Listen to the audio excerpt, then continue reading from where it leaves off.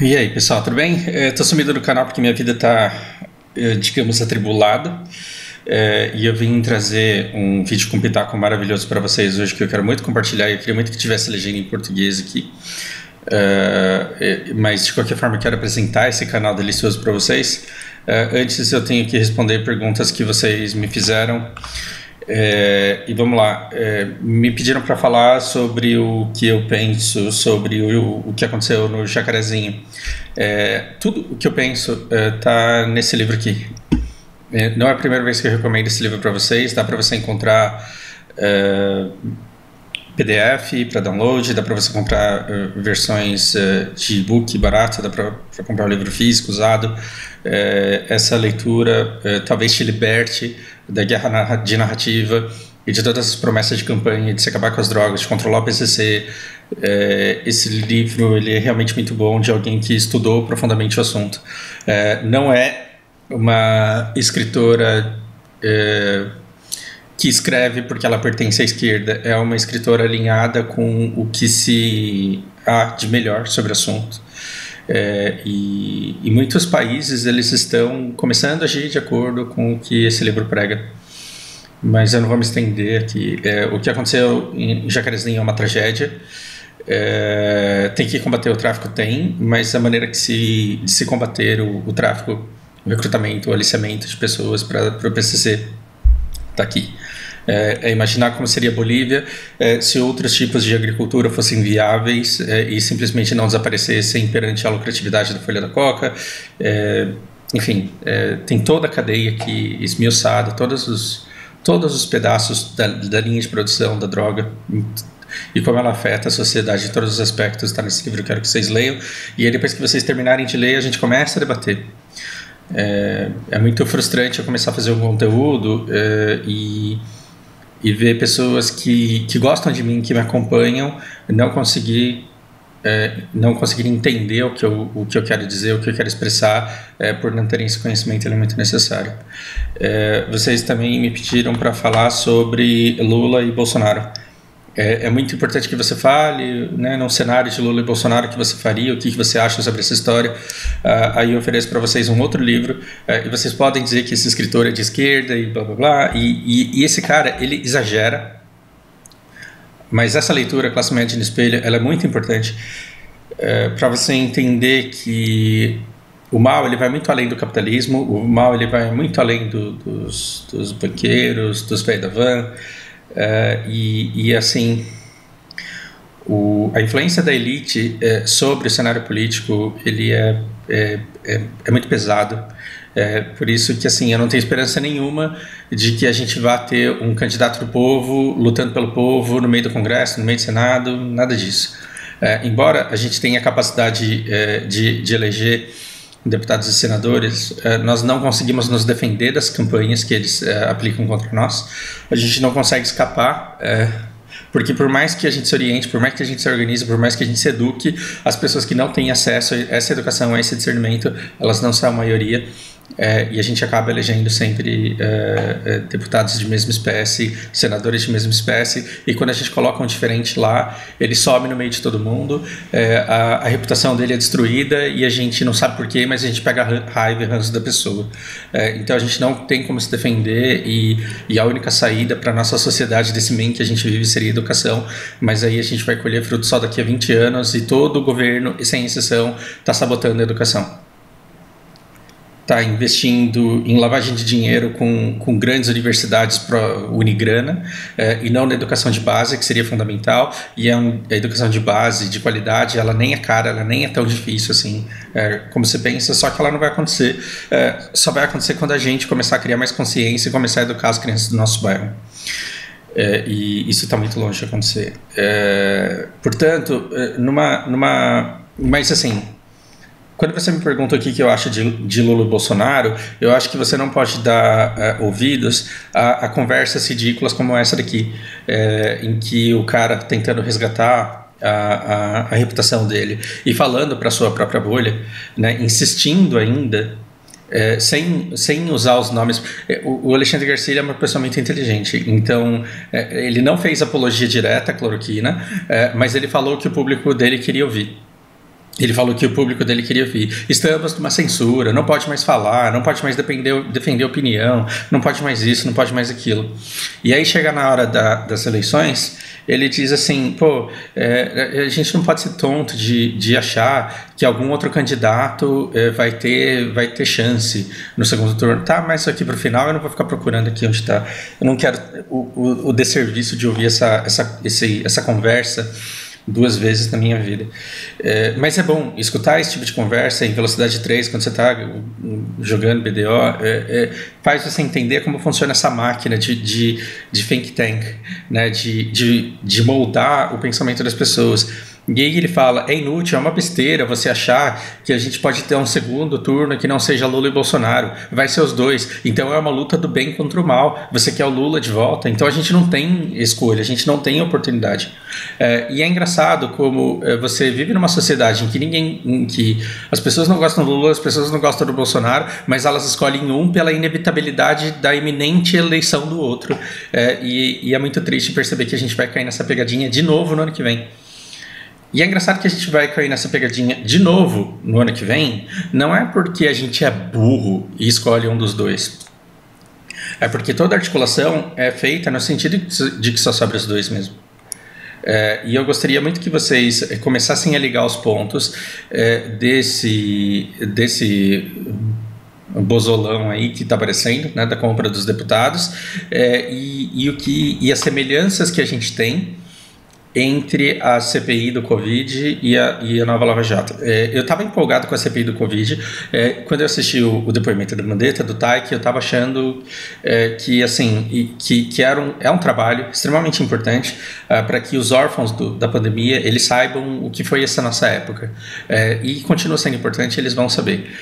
Mas quando essas crianças elas assistirem o depoimento do Queiroga,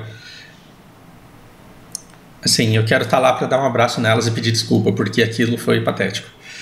Mas, assim, o que foi o depoimento do Taik e o que foi o depoimento do Queiroga é assunto para outros vídeos. Mas eu quero que vocês percebam que a Lava Jato nada mais foi do que um grande olé que nós tomamos. A sociedade tinha descoberto o petrolão, o mensalão, estava insatisfeito com a situação da economia. Nós tínhamos pela primeira vez informações abundantes a respeito do esquema de corrupção e nós tínhamos sede de sangue. Nós queríamos a cabeça daqueles líderes da corrupção. E aí a gente caiu no drible da vaca da Lava Jato, que foi, esquece toda a maquinação do Estado e vamos ver se o triplex é do Lula, não é? Vamos ver se aquele sítio é dele, não é? E vamos construir toda uma Lava Jato, toda uma operação na luta contra a corrupção, só para ver se o apartamento é dele, não é? E a gente não tem prova que o apartamento é dele.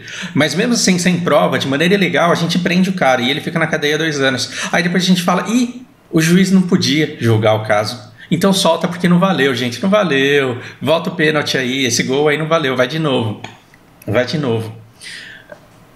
A gente caiu nessa Lava Jato que explicita o quanto os corruptores do governo, que são as empresas, e os corrompidos que estão no governo, eles nos fizeram de idiota. Onde está o Sérgio Moro hoje? O Sérgio Moro está ganhando R$70 mil por mês, trabalhando, prestando consultoria jurídica a um consórcio de empresas, dentre as quais está o Odebrecht.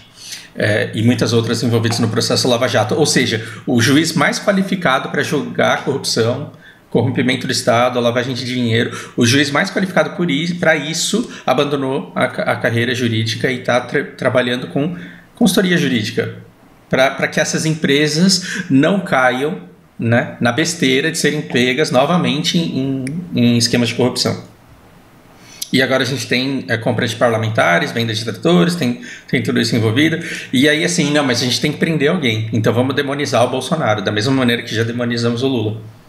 E aí você tem uma bancada enorme de senadores fazendo uma CPI onde cada um tem 15 minutos para falar e eles ficam 14 minutos fazendo palanque, falando para o seu público, falando para suas massas, falando para os seus eleitores, com conteúdo visceral ali que pega a população naquilo que é mais urgente para a vida delas, que mexe com as emoções delas, e no final eles fazem a pergunta, mas você é a favor ou é contra a cloroquina? Sendo que estava evidente que eles não tinham competência para arrancar essa resposta do cara. Pronto, já fiz o vídeo que eu prometi para vocês que ia fazer separado parada. Aquela coisa patética que foi a CPI. E aí você olha para aquele bando de gente incapaz, fazendo aquele teatro ridículo, fazendo aquelas brigas artificiais que eram para ganhar tempo, para impedir que o depoente tivesse tempo de falar e fosse forçado a falar alguma coisa.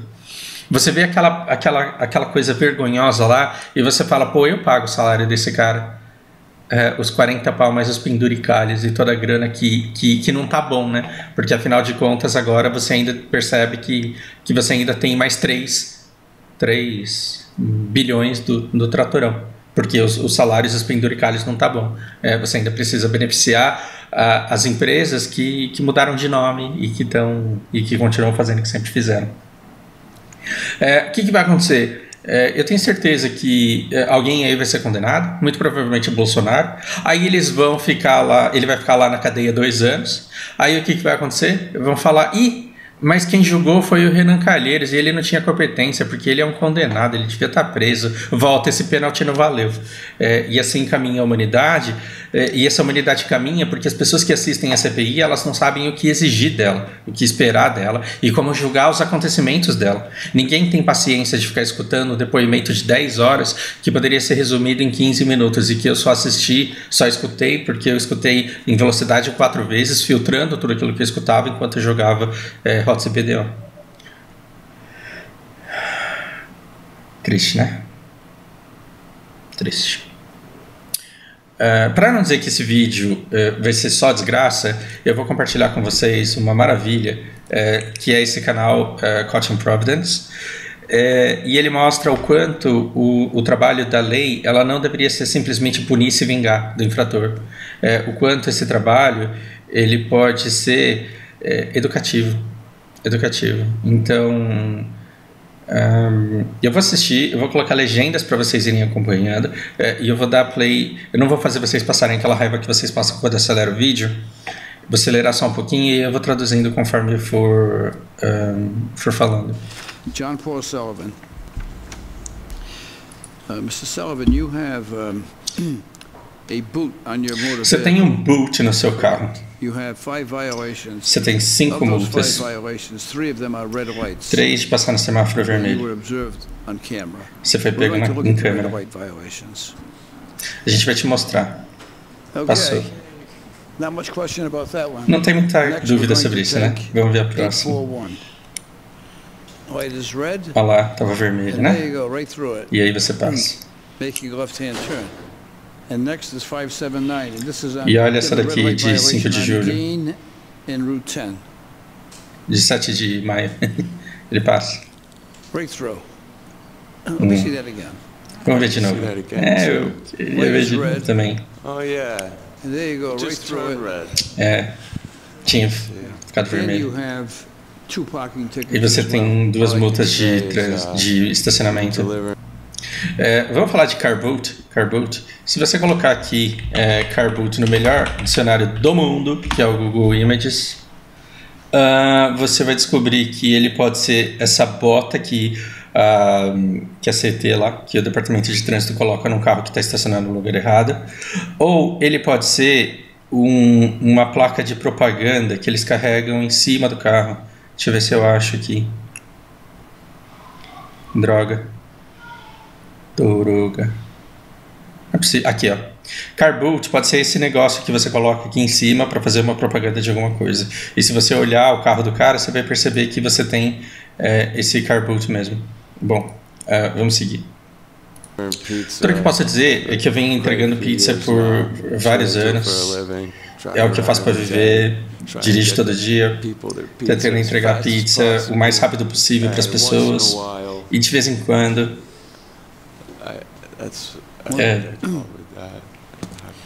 isso acontece. Então o que você está tentando me dizer é que em raras ocasiões, porque você quer garantir que a pizza ela seja entregue rapidamente e quentinha e saborosa, né? Porque aí eu consigo fazer mais entregas e ganhar mais dinheiro. Sim, você tem que ganhar gorjeta, né? É assim que você ganha dinheiro. Você passou 15 semáforos vermelhos para entregar pizza. Sim, em 6 anos de entrega de pizza. You deliver a $20 pizza and you're paying $85 for a Você fine. entrega uma pizza de $20 e paga 85 de multa. Essa matemática não faz muito sentido, né? É duro para um trabalho duro. É tudo que eu tenho, né?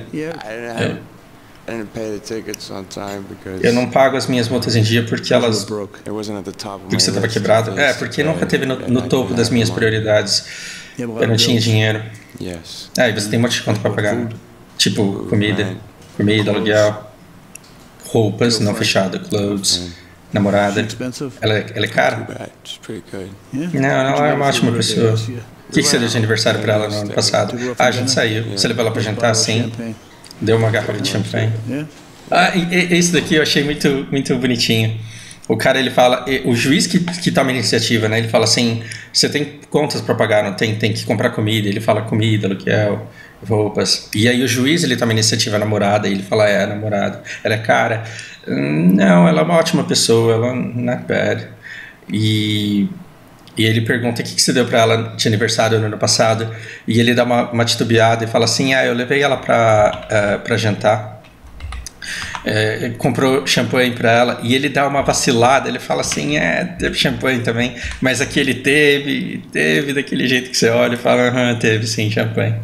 E é muito comovente aqui, a humanidade que esse juiz tem de se colocar no lugar do outro. Esse canal dele, ele mostra que por só julgar infrações de trânsito e por estar lutando pelo Estado, pelos interesses do público, ele cobra de quem ele tem que cobrar, mas ele perdoa quando ele pode perdoar. Então, tem um vídeo que eu assisti uma vez desse canal, não foram muitos, mas teve um senhor de mais de 80 anos e ele tinha várias multas de estacionamento, e essas multas de estacionamento ele tomava quando ele levava o filho dele de mais de 50 anos para consultas psiquiátricas. O filho dele era transtornado mental, e o juiz ele se comove, ele elogia o pai, ele fala, cara, você está com 80 anos cuidando do seu filho, e quem vai cuidar quando você não tiver mais? E você percebe a dor e o sofrimento.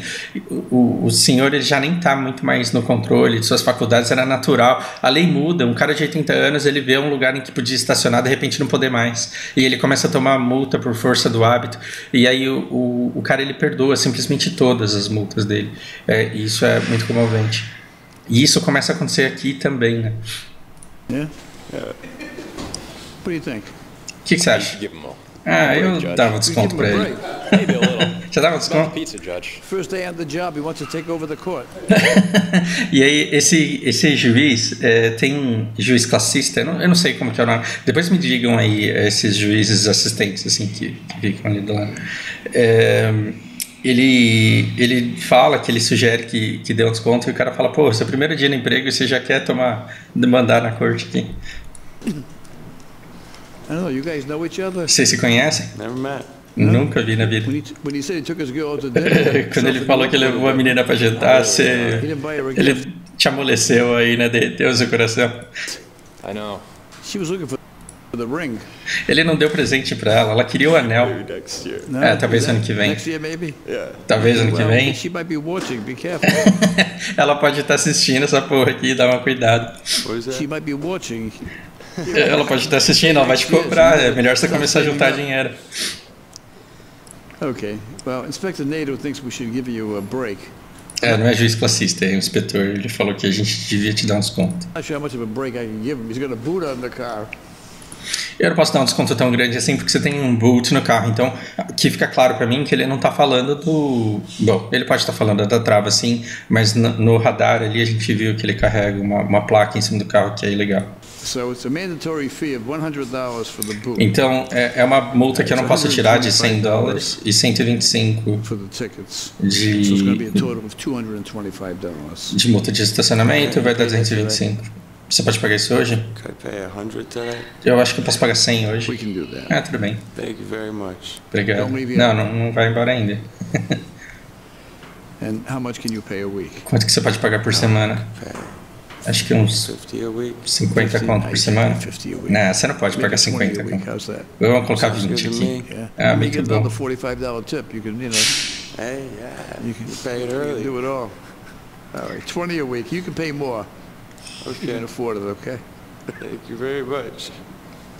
All right, good luck to you, John. Então ele separa em semanais, pagamentos semanais de $20, mas ele pode pagar mais caso ele queira. E aí ele dá boa sorte pro menino.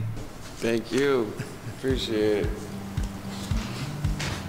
É muito bonitinho. E depois, se vocês quiserem, assistam o que esse cara fala, porque ele faz considerações finais. Esse é o sonho, né, que a gente tem. A gente caiu na pegadinha da polarização e a gente se odeia. A gente acha que o problema é que existe petista, a gente acha que o problema é que existe bolsonarista, e a gente só se fode. Quando, na verdade, a gente tem que olhar para a sociedade e ver que determinadas pessoas, elas cometem infrações porque elas realmente precisam e porque realmente acontece com a vida delas. A gente acha que traficante, bandido, tem tudo que morrer porque a gente não leu esse livro e a gente não se colocou no lugar dos personagens e na inevitabilidade, na falta de opções que se passa ao longo dessa trajetória, e a gente não pensa que a educação, que a justiça, ela poderia ser corretiva e educativa ao invés de vingativa e punitiva, porque hoje o sistema penitenciário ele é meramente uma fonte de recrutamento do tráfico de drogas. Por último, eu queria responder alguns comentários que vocês fizeram em relação ao canal Mamãe Falei. Eu tenho quase certeza que eu me expressei muito mal. Bom, eu vou simplesmente ler um comentário que vocês já devem ter lido. Eu estava aqui, certo? E aí eu devo ter fixado um comentário em que eu fixei o comentário do Rodrigo porque ele é cirúrgico toda vez. Mas eu quero que vocês vejam isso daqui. Eu acho que eu passei a ideia errada de que o mal não deve ser combatido. Eu quero que o mal seja combatido. Sim, essa CPI está se propondo a isso e assim, agora eu já tenho certeza que não é isso que ela quer, como uma forma de combate. O Arthur, ele também está fazendo isso. E eu não quero que essa oposição e que essa exposição ela deixe de existir. Só que eu acho que os métodos dele eles causam efeitos colaterais devastadores e a gente deveria pensar em outras abordagens. Quais? Por que você não faz então, Fausto? Pois é, não é todo mundo que tem o tempo e a disposição e a competência para fazer, para se aproximar de uma abordagem melhor. Agora, a abordagem do Arthur, ela serve aos seus próprios interesses, que é justamente causar essa polarização e lucrar em cima de recortes muito específicos. E eu acho que toda vez que você assiste um vídeo e conclui que o Brasil ele só não vai para frente porque tem imbecil do outro lado que tem que ser combatido e meramente combatido, você perde uma oportunidade de perceber que está todo mundo no mesmo barco. Alguns sendo enganados de uma forma, alguns sendo enganados e distraídos de outra. E que nós deveríamos ter abordagens de fato conscientizantes, mas também unificadoras, que não nos dessem esses efeitos colaterais que são assim... Que é levar essa polarização ao extremo do extremo. A gente está pagando muito caro por isso. E já que eu estou atacando tudo que eu tinha para falar num único vídeo, então inscrevam-se nesse canal Nova Acrópole Brasil e conheçam a professora Lúcia Helena Galvão, que é assim, hoje, no dia de hoje, é o maior ídolo que eu tenho nesse mundo. É a pessoa que eu gostaria de ser para esse mundo, mas que eu estou muito distante de conseguir alcançar, é claro. Bom, por hora é isso. Espero que vocês gostem, reflitam sobre tudo que eu falei e um grande abraço para vocês. Boa semana.